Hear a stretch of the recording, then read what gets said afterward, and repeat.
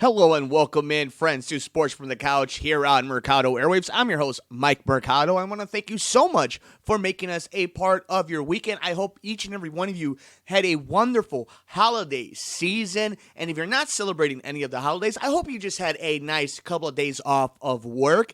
And we are here. We have finally made it in our confidence picks to week 17 in the NFL. So we get right into it. Normally, if you join us here on Sports from the Couch Confidence Picks with me, Mike Mercado. Normally, we go to Chicago here in our wonderful city, and we talk about the Chicago Bears, but I think it really doesn't matter at this point. A lot of teams have already clinched their playoff berths. A lot of teams have decided their faves and where they're going to be in the draft position. And fact for the Bears is either finish 500 or 7-9. But it really doesn't matter when it comes to long term, especially for draft positioning. So instead of talking about where the Bears are going to be after Week 17 against Minnesota, we're going to save a eulogy for the 2019 Chicago Bears next week here on Mercado Airwaves on Sports from the Couch. But right now, we're just going to talk a little bit about the playoff positioning in the NFL, and you could see it right here before we make our picks. And if you're following us on Facebook at Mercado Airwaves or on YouTube.com/Mercado Airwaves, you could see us actually make our picks and follow it on the screen itself, the video format. But you could see right here the wild card round of January 4th through the 5th of next year. We have the Titans versus the Chiefs, the Bills versus the Texans, and in the NFC, we have Vikings versus Saints. Woo, that rematch.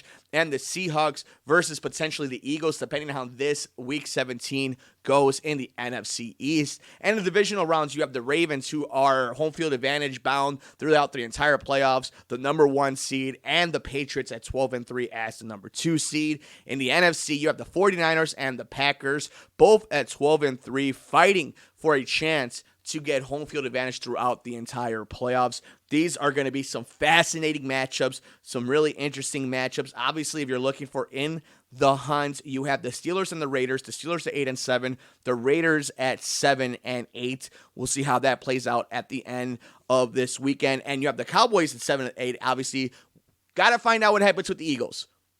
What ends up happening, they're hurt. And it's all going to come together this weekend. Do the Cowboys back into the playoffs? We have to wait and see. But it's going to be some fascinating matchups. And we'll make our playoff predictions to see who we believe are going to go all the way to the Super Bowl. And then we'll make the picks week by week as well here on Sports from the Couch on Mercado Airwaves with Mike Mercado. But we make our picks for Week 17. And if you're new to the program, we make our picks first. Then we rank them and we review it at the very end of the show. And again, if you're here to see the eulogy or hear the eulogy of the Chicago Bears this season, we'll be doing that in a separate video next week after Vikings versus Bears. But why don't we get into it with the Jets versus the Bills? I'm going to go with the Bills in this matchup. They want some momentum going into the playoffs, and this is not a type of team that gets to rest players. I think a lot of these games you're going to see, especially for teams that are trying to prove something and need to make runs in the playoffs, they might have their guys go the first 3 quarters depending on how the game is going, but you need reps in these games for a lot of these different teams. So I'm going to go with the Bills in this one. We have the Bears and the Vikings. Here's the only thing I want to talk about when it comes to the Bears. Matt Nagy and this organization make a big deal about not playing their guys during the preseason, right?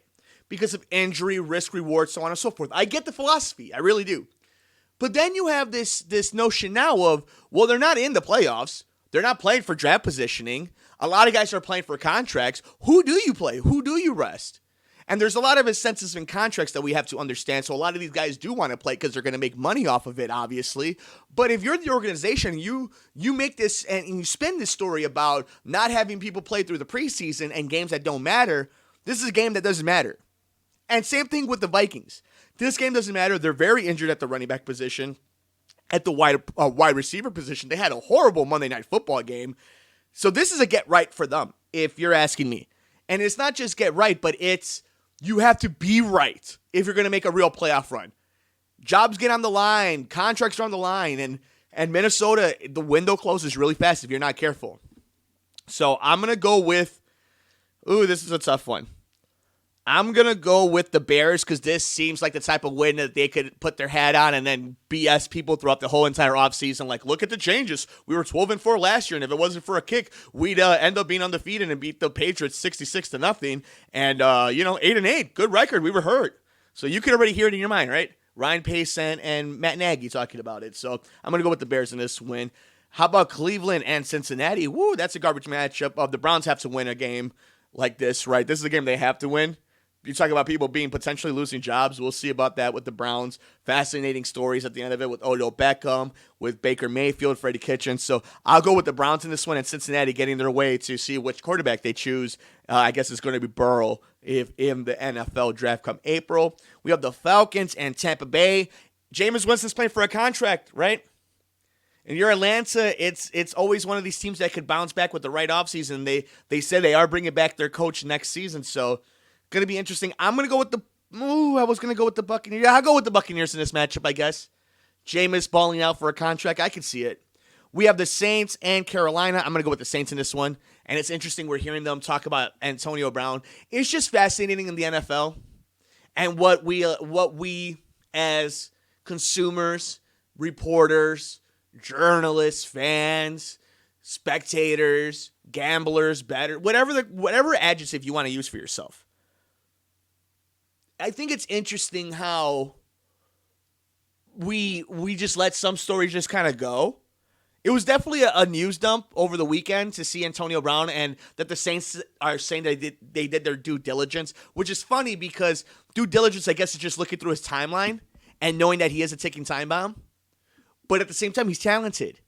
And that's the thing about the NFL. If you're talented and you can help somebody win and keep their job, they're going to go for it. And also, it might be Drew Brees' last year there in New Orleans, maybe in the NFL. And these windows and these organizations and these franchises and these dynasties and whatever come and go in this sport. So you have to go for it, right? And the risk reward, I'm sure, is going to be very low for New Orleans. But it's just crazy how we just let some guys in the league and some guys we don't. What we forgive and what we don't forget. What we forget and what we magnify. It's just fascinating, but we'll see how that plays out. How about the Chargers and the Chiefs? I'm going to go with the Chiefs in this matchup. We'll see how long they play, guys, what they feel like as the games go on to see playoff scenarios and whatnot. But Chargers, one of the more disappointing teams. We'll see what happens next offseason. Is Phillip Rivers going to stay there?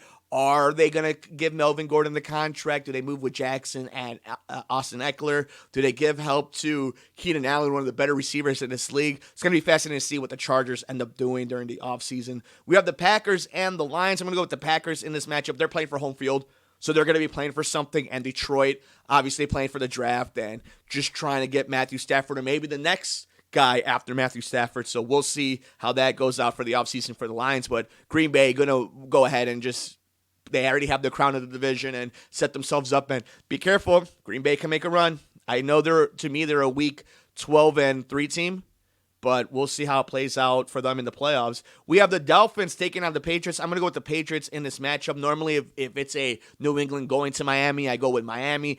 But New England is going to put some things together. It is time for them to make a run. They will also play a couple guys because they have a real bye week, so they don't have to rest guys for a week and a half, 2 weeks. I think they're going to go ahead and play their guys and try to get a W on the board. I have New England in this matchup.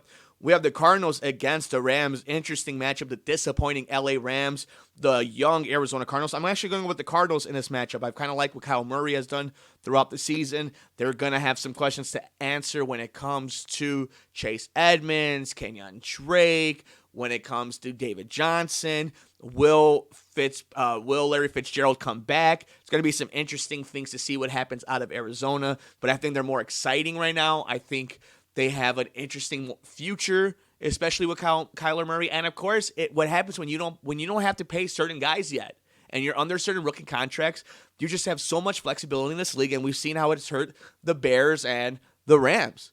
And we'll see how some of these teams with guys with rookie contracts are going to go ahead and move forward. We have the Eagles and the Giants. Did the Giants screw up their draft positioning, help the Dallas Cowboys make the playoffs, and hurt the Philadelphia Eagles in the process all at one time? Do the Eagles take care of business after what has been a crazy season for them and make the playoffs? Going to be interesting. I don't know how this plays out. I really don't. This division has been garbage, but I'm going to say the Eagles win. If for nothing else, the Eagles win so that the Cowboys don't make the playoffs. We have the Steelers and the Ravens. I don't think anybody's really going to play this game. It doesn't sound like it. Why would you? I'm going to go with Pittsburgh in this matchup. It all depends on how long or how many of the starters play in this matchup for the Ravens, but I think the Steelers get this W. We have Washington and the Cowboys. I'm going to go with Dallas in this game, and it's going to make it much more interesting when they win this game and don't have anything to show for it after the Eagles literally get their W just a few minutes before kickoff. I have the Cowboys winning a game against Washington that doesn't have their rookie quarterback Haskins in it. We have the Raiders versus the Broncos. I have the Broncos in this matchup. This is where I want to see Oakland move on forward from. Is Derek Carr the quarterback for John Gruden?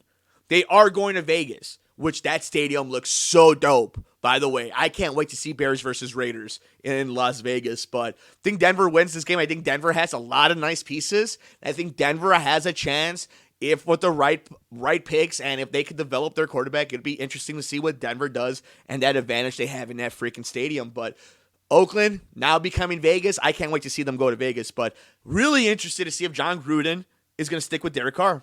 We'll see. We have the Titans and Houston. Oh boy. Ryan Tannehill playing for a contract, playing to see whether he's going to stick around in Tennessee or somebody is going to give him a couple bucks to become their franchise quarterback.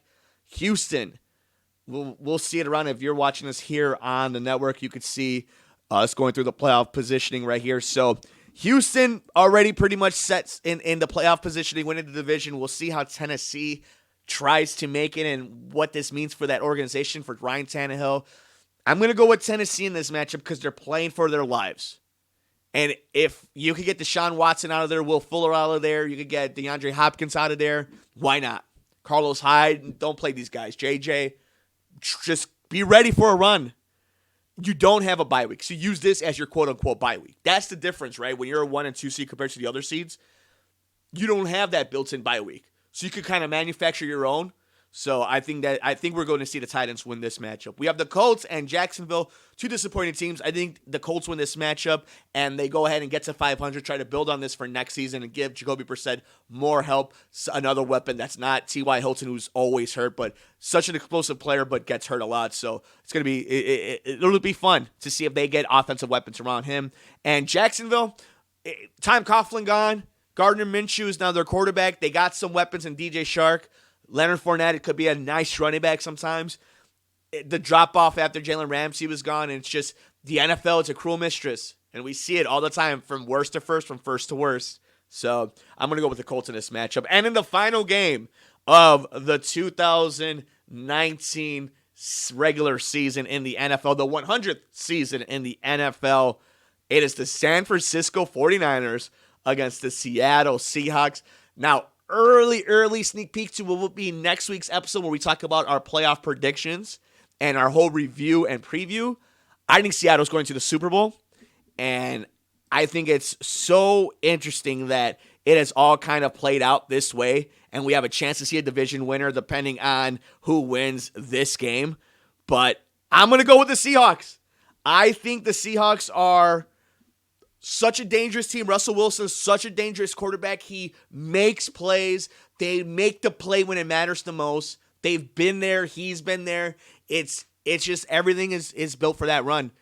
And it just feels like a Seattle, Baltimore, Lamar Jackson, Russell Wilson year. I know a lot of the media and a lot of the corporate media, the head-ups, CEO, shareholders would love to see Drew Brees and his New Orleans Saints take on Tom Brady and his New England Patriots. But I think we're going to have ourselves a Russell Wilson, Lamar Jackson Super Bowl. And I think it starts right now for Seattle on Sunday Night Football as they beat the San Francisco 49ers. So those are our picks, but it's now time to put some confidence points in these bad boys. Thank you for joining us on Sports from the Couch here on Mercado Airwaves. I'm Mike Mercado. Let's go ahead and do this. 16 points. Who do we really have a lot of confidence in this week? I think New Orleans. Go ahead and put 16 on New Orleans. I think we'll go ahead and put... We'll put 15 on Green Bay. We'll put 14 on New England. We'll put 13 on Kansas City. We'll put 12 on Buffalo. we will put, as I look through, we will put 11 on Dallas. We will then put 10 on Philadelphia. As we continue to look around some of these picks, this is when it gets a little bit trickier. I'm willing to put some points on Denver. I'll put 9 points on Denver over Oakland. I will put 8 points on Cleveland over Cincinnati. I will put 7 points on Indianapolis over Jacksonville. 6 points on Chicago over Minnesota. 5 on Tampa over Atlanta. I'll put 4 on Seattle over San Francisco. I will put 3 on Arizona. 2 on Pittsburgh. And I will put, you know what? Let me mix that up. There we go.